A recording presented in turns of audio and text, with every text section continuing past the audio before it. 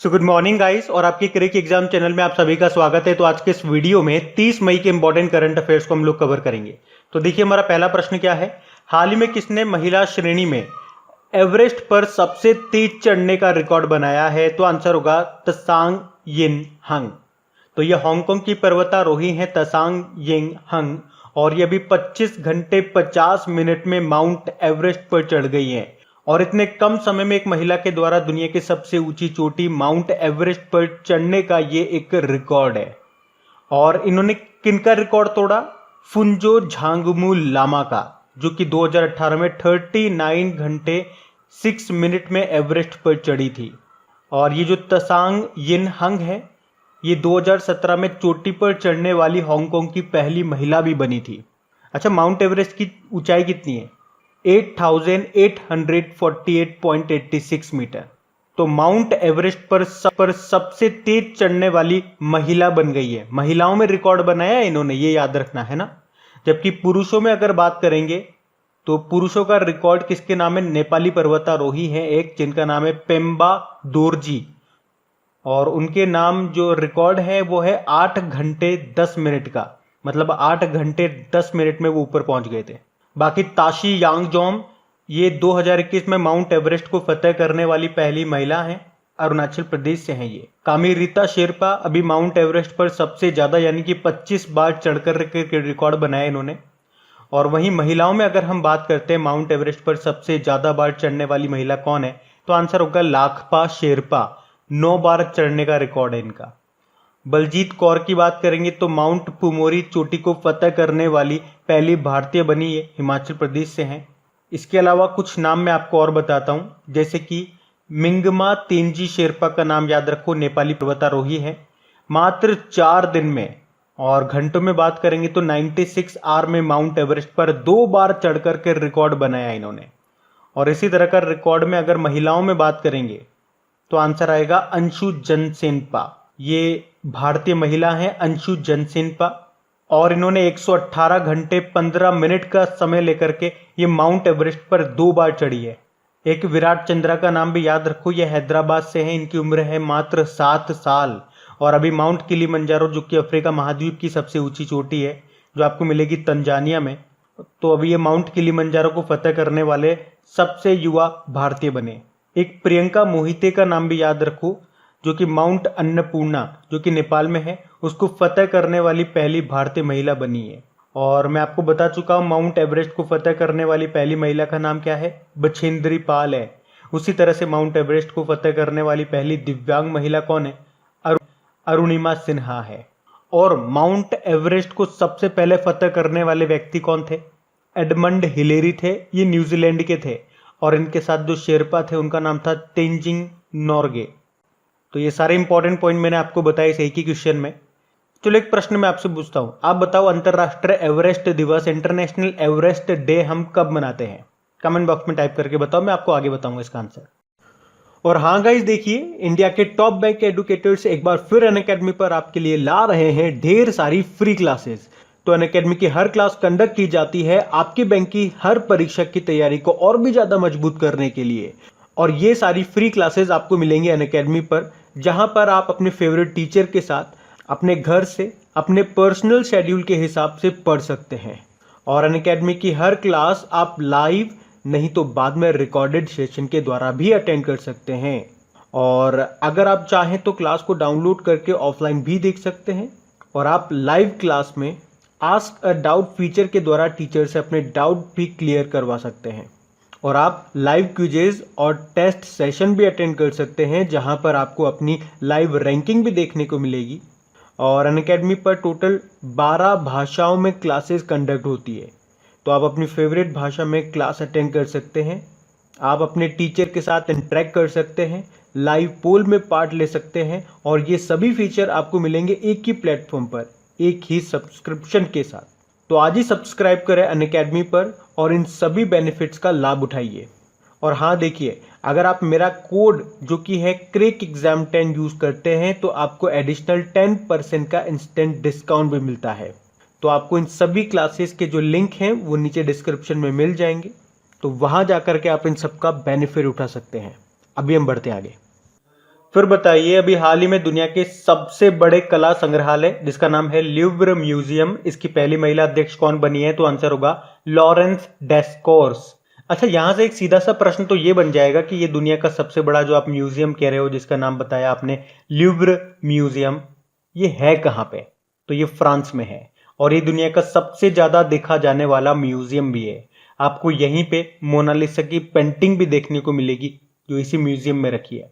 और ये भी न्यूज में क्यों है? क्योंकि यहाँ पहली महिला प्रेसिडेंट बनी है जिनका नाम है लॉरेंस डेस्कोर्स। देखो, इस म्यूजियम की स्थापना होती है 1793 में, तो तब से आज तक हो गए टोटल 228 साल।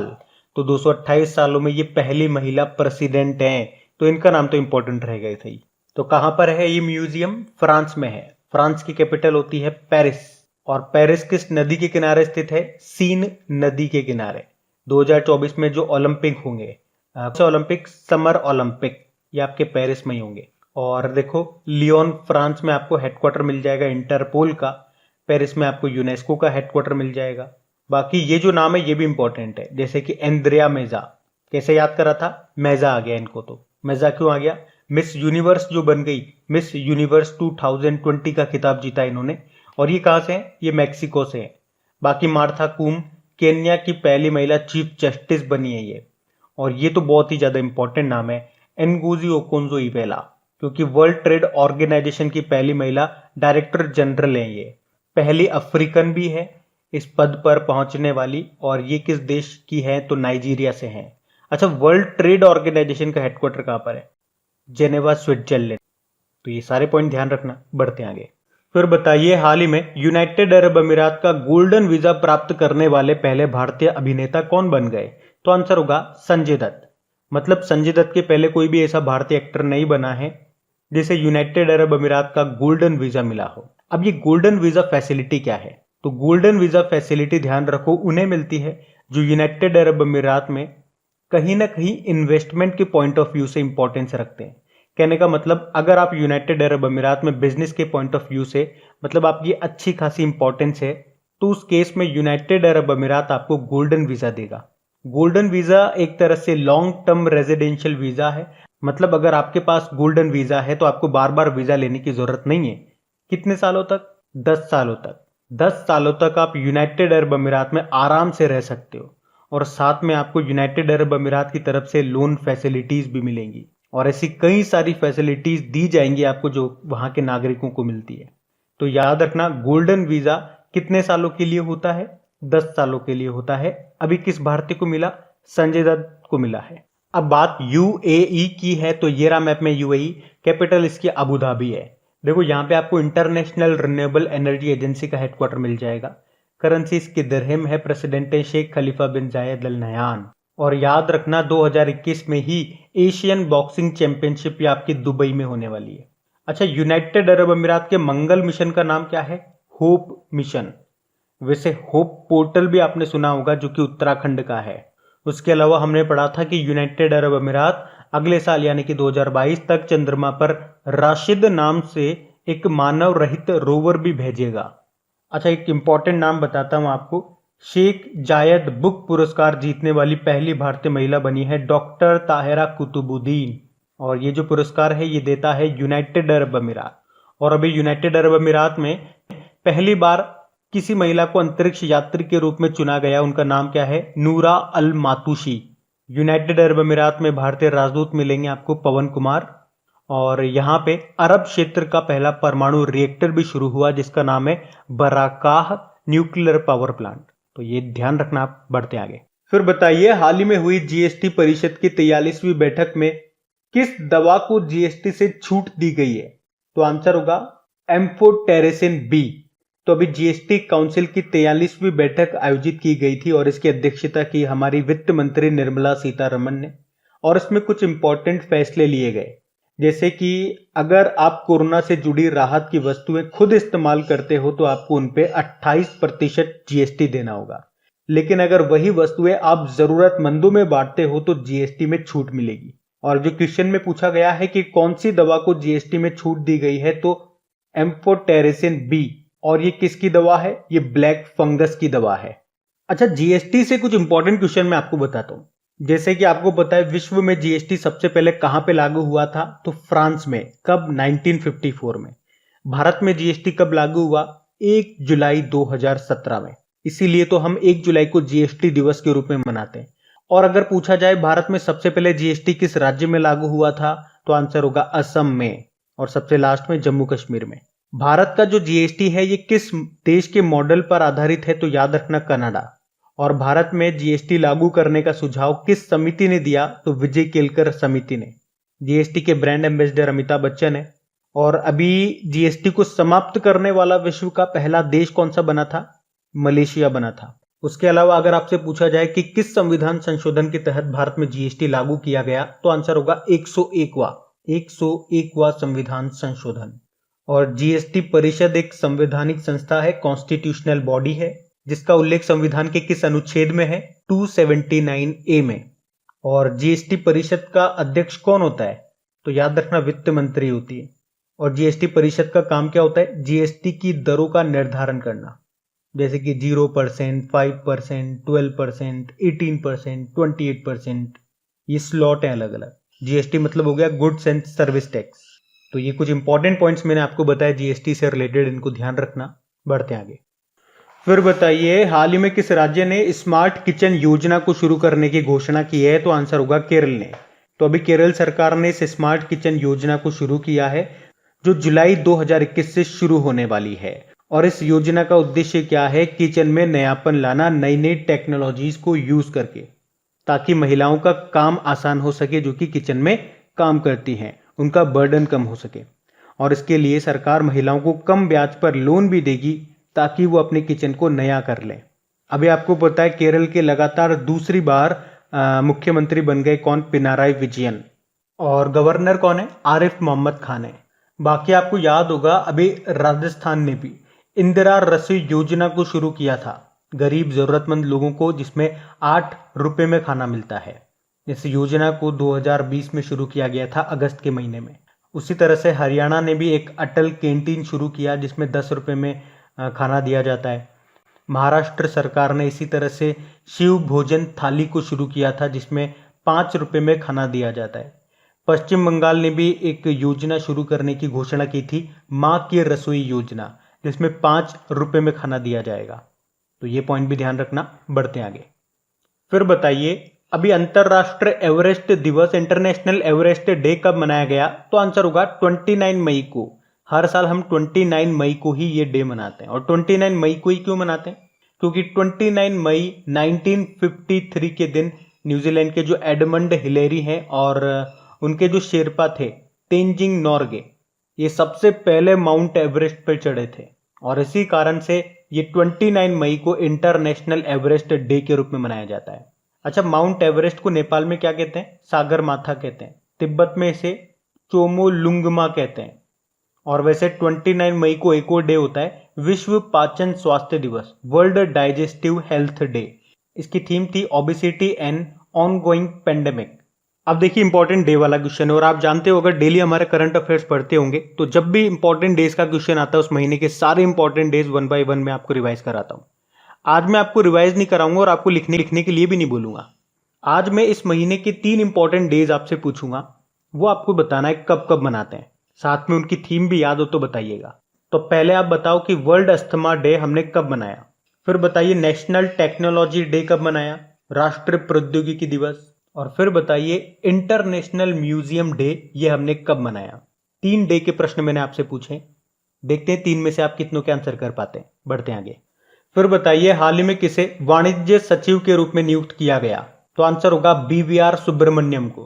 तो अभी बीवीआर सुब्रमण्यम को वाणिज्य विभाग में सचिव नियुक्त किया गया है। वैसे वर्तमान में ये जम्मू कश्मीर के मुख्य सचिव हैं। बाकी टीवी सोमनाथन ये भी वित्त सचिव, फाइनेंस सेक्रेटरी बने थे। तरुण बजाज राजस्व सचिव, रेवेन्यू सेक्रेटरी बने थे। और अजय सेठ आर्थिक मामलों के सचिव बने थे। तो ये नाम भी अभी करंट अफेयर्स में रहे थे, ये भी याद रखना। बढ़ते हैं आगे। फिर बताइए अभी हाल ही में बीसीसीआई ने आईपीएल 2021 को किस देश में स्थानांतरित करने का फैसला किया, तो आंसर होगा यूनाइटेड अरब अमीरात में। आपको पता है वैसे तो 2021 में जो आईपीएल थे वो इसका 14th एडिशन था और ये भारत में चल भी रहा था, लेकिन भारत में कोविड-19 के कारण स्थिति काफी बिगड़ गई, तो आईपीएल को बीच में ही रोकना पड़ा और अब बीसीसीआई ने कहा कि भैया आईपीएल 2021 के जो भी मैचेस बचे हुए हैं उन्हें हम कराएंगे कहाँ पे, यूनाइटेड अरब अमीरात में, और ये सितंबर से शुरू भी हो सकते हैं। आपको याद होगा पिछले साल का जो आईपीएल था वो इसका 13th एडिशन था, वो यूनाइटेड अरब अमीरात में हुआ था, जिसे जीता था मुंबई इंडियंस ने। आईपीएल से कुछ इंपॉर्टेंट पॉइंट्स मैं आपको बताऊं तो अभी विराट कोहली ये आईपीएल के इतिहास में 6000 रन बनाने वाले पहले खिलाड़ी बने थे। उसके अलावा आईपीएल के इतिहास में 350 छक्के लगाने वाले पहले खिलाड़ी कौन बने, क्रिस गेल बने। ये पंजाब किंग्स की ओर से खेलते हैं। एक संजू सैमसन नाम आपने सुना था, अभी आईपीएल के इतिहास में बतौर कप्तान पहले ही मैच में शतक लगाने वाले पहले खिलाड़ी ये बने थे। अच्छा, आज शाम को याद रखना मई महीने के 4th वाले वीक के करंट अफेयर्स को, और ये बहुत ही ज़्यादा इंपॉर्टेंट करंट अफेयर्स हैं, उसको हम लोग कवर करेंगे आज शाम को 6 बजे मिलना ज़रूर। तो रिमाइंडर सेट कर लेना जा करके, बहुत ही ज़्यादा इंपॉर्टेंट क्वेश्चन होने वाले हैं। मतलब यूं समझ लो इतने इंपॉर्टेंट क्वेश्चन है कि आपके एग्जाम में हो सकता है या चांसेस है यहाँ से एक आध क्वेश्चन फंस जाए। आज शाम को 6 बजे। अभी बढ़ते हैं आगे। फिर बताइए, हाल ही में अमेरिका के विदेश वाणिज्यिक सेवा के महानिदेशक के रूप में किस भारतीय मूल के व्यक्ति को नियुक्त किया गया? तो आंसर होगा अरुण वेंकटरमन को। तो यूएसए के जो प्रेसिडेंट हैं कौन, जो बाइडेन, जो कि 46 नंबर के प्रेसिडेंट हैं। इनकी पार्टी का नाम है डेमोक्रेटिक पार्टी, और अभी उन्होंने अरुण वेंकटरमन को डिपार्टमेंट ऑफ कॉमर्स का हेड बना दिया है। और इनका काम क्या होगा? इनका काम ये देखना होगा कि विदेशों में जैसे कि चाइना में या भारत के बाजारों में जो अमेरिकी कंपनियां हैं उन्हें कौन कौन सी समस्याएं आ रही है, उनका वो समाधान करने का काम करेंगे। बाकी डॉक्टर विवेक मूर्ति की बात करेंगे, अमेरिका में सर्जन जनरल बने ये। नीरा टंडन ये व्हाइट हाउस में वरिष्ठ सलाहकार बनी। वनिता गुप्ता अमेरिका के एसोसिएट अटॉर्नी जनरल बनने वाली ये पहली भारतीय अमेरिकी बनी थी। एक भाव्या लाल का नाम भी याद रखो, नासा के कार्यवाहक प्रमुख बनी है ये। और अभी अमेरिका की पहली महिला उपराष्ट्रपति कौन बनी है? कमला हैरिस बनी है, ये भी भारतीय मूल की है। बढ़ते हैं आगे। फिर बताइए, किस फुटबॉल क्लब ने यूरोपा लीग फुटबॉल टूर्नामेंट 2021 का खिताब जीत लिया? तो आंसर होगा विल्लारियल। तो अभी स्पेन के फुटबॉल क्लब विल्लारियल ने मैनचेस्टर यूनाइटेड को हरा करके पहली बार यूरोपा लीग का खिताब जीत लिया है। और अभी याद रखना आप, UEFA वुमेन्स चैंपियनशिप लीग 2020-21 ये किस फुटबॉल टीम ने जीती थी? बार्सिलोना ने। और बताओ किस टीम ने 2020-21 फुटबॉल प्रीमियर लीग चैंपियनशिप को जीता था? तो मैनचेस्टर सिटी ने जीता था, ये ध्यान रखना आप। बढ़ते आगे। फिर बताइए, हाल ही में दक्षिण सूडान गणराज्य यानी कि रिपब्लिक ऑफ साउथ सूडान में भारतीय राजदूत इंडियन एम्बेसडर कौन बने? तो आंसर होगा विष्णु कुमार शर्मा। तो विष्णु कुमार शर्मा इनको नियुक्त किया गया है दक्षिण सूडान गणराज्य में भारतीय राजदूत के रूप में। बाकी अरुण रस्ते अभी national commodity and derivatives exchange limited के एमडी सीईओ बने ये।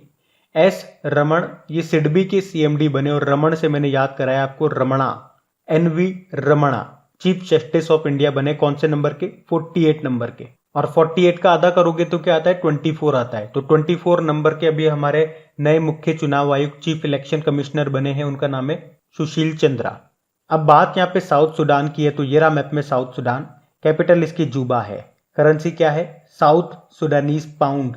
और प्रेसिडेंट है सल्वा किर यहाँ के प्रेसिडेंट है। फिर बताइए, अभी हाल ही में IBF का नाम बदलकर क्या कर दिया गया? IBF यानी कि इंडियन ब्रॉडकास्टिंग फाउंडेशन। तो आंसर होगा Indian broadcasting and digital foundation इसका नाम कर दिया। तो ब्रॉडकास्टर्स की शीर्ष निकाय है ये इंडियन ब्रॉडकास्टिंग फाउंडेशन, जिसका नाम बदलकर अभी Indian broadcasting and digital foundation कर दिया गया है। देखो, नाम बदलने की बात है तो अभी आपको याद होगा रिसेंटली हमने पढ़ा था मोहाली अंतरराष्ट्रीय हॉकी स्टेडियम का नाम बलबीर सिंह सीनियर के नाम पे रखा गया। और अभी रावलपिंडी में जो KRL स्टेडियम है उसका नाम शोएब अख्तर के नाम पे रखा गया। मध्य प्रदेश का होशंगाबाद का नाम नर्मदापुरम किया गया। और उड़ीसा के राउरकेला में जो सबसे बड़ा हॉकी स्टेडियम बन रहा है उसका नाम बिरसा मुंडा के नाम पे रखा गया। उसी तरह से हिमाचल प्रदेश के रोहतांग सुरंग का नाम अटल जी के नाम पे रखा गया। तो बात करेंगे कल के वीडियो में पूछे गए प्रश्न के उत्तर की। तो कल के वीडियो में आपसे पूछा था कि किसे सामाजिक विज्ञान में स्पेन का सर्वोच्च पुरस्कार दिया गया? तो आंसर होगा अमर्त्य सेन को। आप सभी ने प्रश्न का बिल्कुल सही उत्तर दिया है। और हाँ गाइज, अगर सेशन अच्छा लगा है वाकई तो प्लीज इसे शेयर जरूर करना अपने दोस्तों के साथ में। जो भी आपका स्टडी ग्रुप हो गया वहां पे इस वीडियो के लिंक को एक बार शेयर जरूर कर देना। और अगर अभी तक आपने इसको लाइक नहीं किया है तो इसको लाइक जरूर करना।